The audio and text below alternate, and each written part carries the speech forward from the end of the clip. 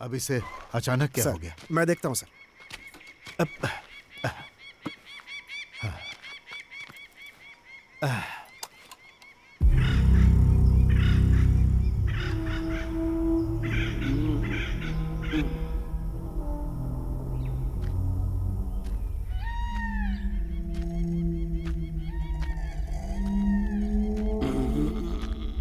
ए, पानी मिलेगा क्या?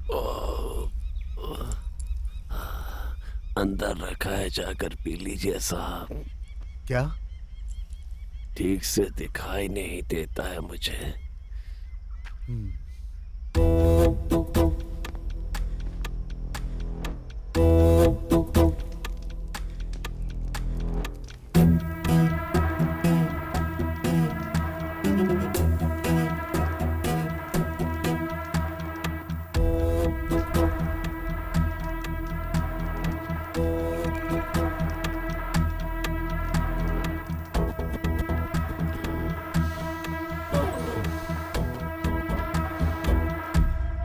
गांव से इतनी दूर यहां रहते हो, डर नहीं लगता?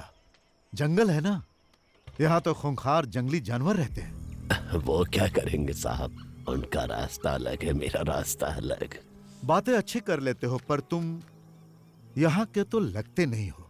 कहाँ से आए हो तुम? पेट की भूख घुमाते घुमाते यहाँ तक ले आई है।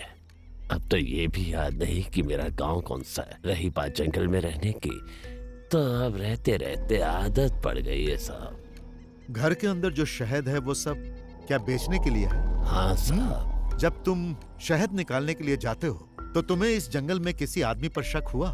ठीक से दिखाई नहीं देता, मैं किसी पर क्या शक करूंगा। सर, गाड़ी सही हो गई। ठीक है, शहद बेचने के लिए तुम शहर आते हो ना? 2 बोतल आपके लिए भी ले आऊंगा साहब। जरूरत नहीं, पुलिस स्टेशन आकर मिलना। ठीक है साहब।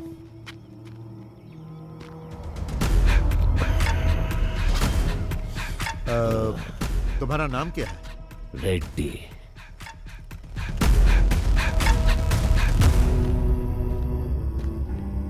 गाड़ी रेडी है सर।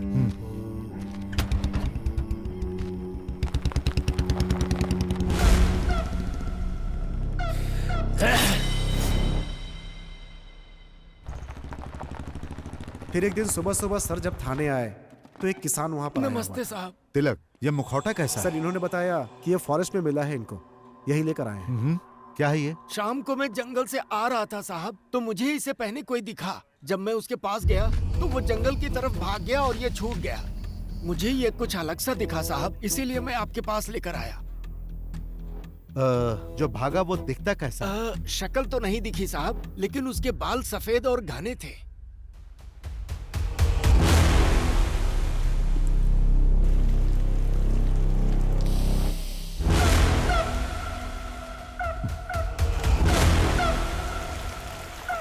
सर, उस दिन फॉरेस्ट में हम लोगों ने एक आदमी को देखा था, उसे पूछताछ के लिए बुलाएं क्या? हे, नो नो नो, वो अंधा है।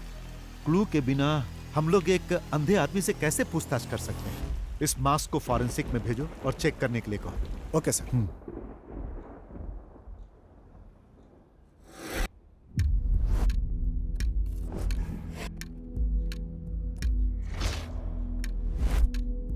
उस मास्क को चेक करने के बाद पता चला कि वो कम से कम 100 साल पुराना था, ऐसा फॉरेंसिक रिपोर्ट में था। उस मास्क से बहुत सारे ब्लड सैंपल्स मिले, लेकिन उनका ब्लड ग्रुप पता नहीं चला। डीएनए टेस्ट करने पर पता चला कि उसमें कम से कम 45 से ज्यादा डीएनए सैंपल्स थे और ये सारे सैंपल्स गायब हुई लड़कियों के थे। ये बात कंफर्म होते ही सारा डिपार्टमेंट हिल गया।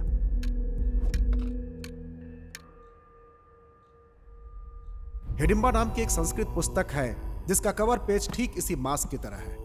हमें पता चला कि इसे पढ़ने पर इस केस में हेल्प मिल सकती है। बुक तो मिल गई, लेकिन वो संस्कृत में थी। आसपास जो भी कॉलेज थे वो क्रिश्चियन थे, इसलिए इसे कोई पढ़ नहीं सकता था। उस पर लिखे राइटर का एड्रेस निकालकर तुम्हारे पापा उससे मिल देंगे।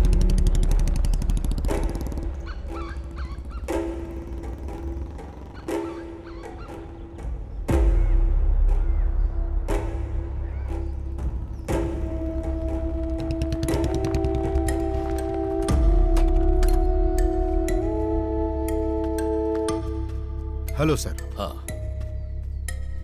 आई am Nand Kishore, inspector of police. Glad to meet you. Please बैठिए। Thank you sir.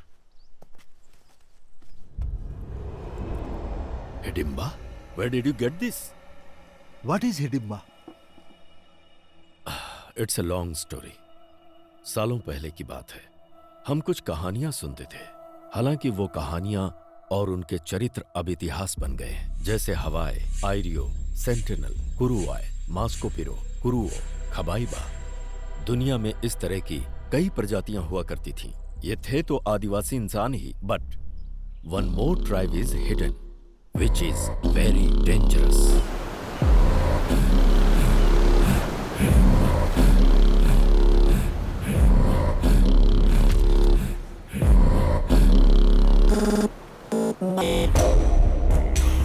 (1857) के संग्राम में ब्रिटिश साम्राज्य ने अपने कई सिपाहियों को खोया और ब्रिटिश जनरल डिकेंस इस बात को बर्दाश्त नहीं कर पाया और उसने कैदियों को डराने के मकसद से एक बड़ी सी जेल का निर्माण करवाया, जिसे उसने देश के बाहर समंदर के बीचों बीच अंडमान द्वीप पर निर्माण करवाया, जिसका नाम रखा अंडमान सेल्यूलर जेल, जहां कैदियों को सजाए काला पानी दिया जाता था। अंडमान सेल्यूलर जेल का नाम सुनते ही कैदी कांप जाते थे। अंग्रेजों का जुल्म सितम इतना बढ़ा कि जेल में कैदियों के लिए कमरे कम पड़ने लगे। समझ में नहीं आ रहा था कि नए कैदी कहाँ रहे। तभी अंग्रेजों को मिला हिडिंबा आइलैंड। अंडमान के आसपास 500 छोटे छोटे आइलैंड थे, पर उनमें से एक नक्शे में नहीं दिखाई देता। वहीं रहते थे हिडिंबा आदिवासी, जो कैनिबल्स थे और नरमांस से उनका आहार था।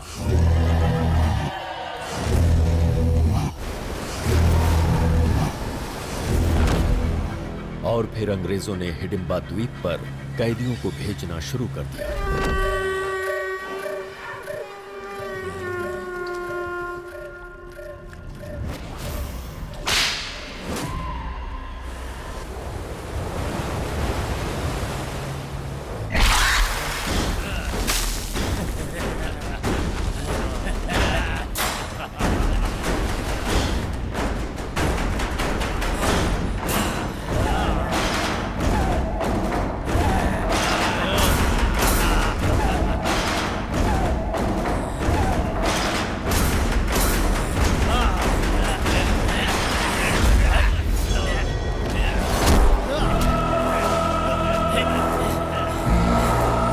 हालांकि 15 अगस्त 1947 को अंग्रेज देश छोड़कर चले गए और हिंदुस्तान आजाद हो गया, लेकिन हिडिंबा जाति को मानव मांस खाने की आदत लग चुकी थी, जिसके अभाव में हिडिंबा जनजाति धीरे धीरे खत्म होने लगी।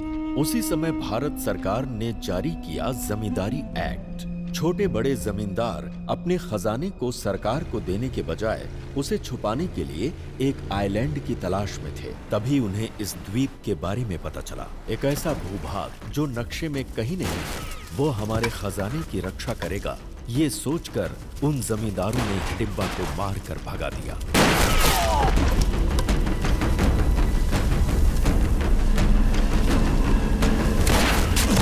मौत के डर से हिडिंबा जनजाति वहां से भाग तो गई, लेकिन कुछ दूर जाकर कालेड़ी द्वीप के पास चिन्नूर समंदर की ओर रुख किया, जहां उन्हें एक महिला दिखाई दी, जिसे देखते ही उनकी भूख जाग उठी और फिर वो उसे मारकर खा गए।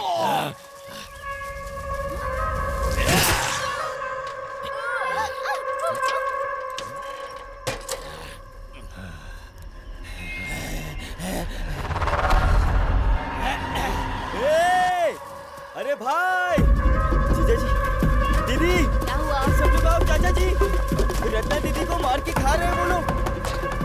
रत्ना दीदी, चाचा जी, जंगल में रत्ना दीदी को मार के खा रहे हैं कुछ लोग। जब गांव वालों को इस बारे में पता चला तो उन्होंने सारे हिडिंबाओं को बंदी बनाकर जिंदा जला दिया। इंसान हो या जानवर, इंसान को मार कर खाते हो। जला दो इन्हें, जला दो रे। जला दो, जिंदा जला दो।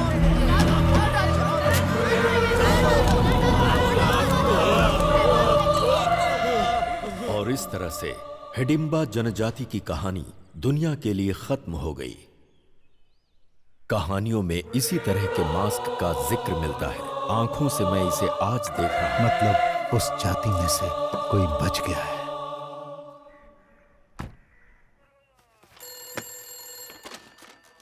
पेरुमाड़ी पुलिस स्टेशन। तिलक, हाँ सर। हमारा शक बिल्कुल सही है, वो अंधा ही किलर। ये आप क्या कह रहे हैं सर? लापता लड़कियों को उसी ने किडनैप किया है। व्हाट? एक अंधा आदमी आखिर किडनैप कैसे कर सकता है सर? उन सब का उसने किया क्या होगा? खा लिया। Sir, is it true?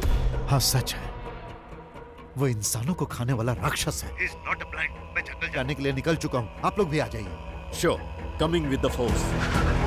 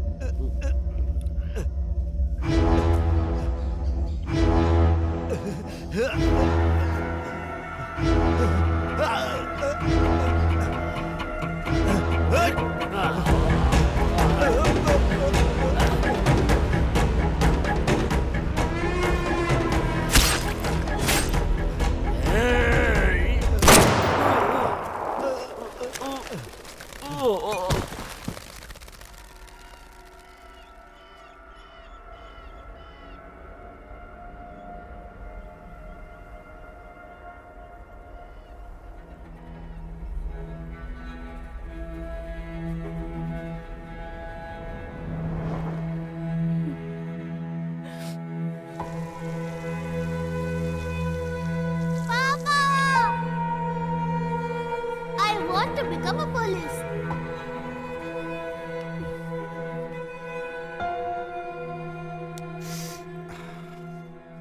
जब हम लोग स्पॉट पे पहुंचे तो सब कुछ खत्म हो चुका था। दोनों लोग मर चुके थे। सर, ये कैनिबल्स का मामला बाहर ना जाए ऐसा कमिश्नर साहब ने आदेश दिया। पब्लिक पैनिक हो सकती है। That's not good for society. उनकी बॉडी देखकर तुम्हारी फैमिली सह नहीं पाएगी, इसलिए कमिश्नर साहब ने वहीं उनका दाह संस्कार करा दिया और लोगों में यह खबर फैला दी कि तुम्हारे पिताजी मिस हो गए।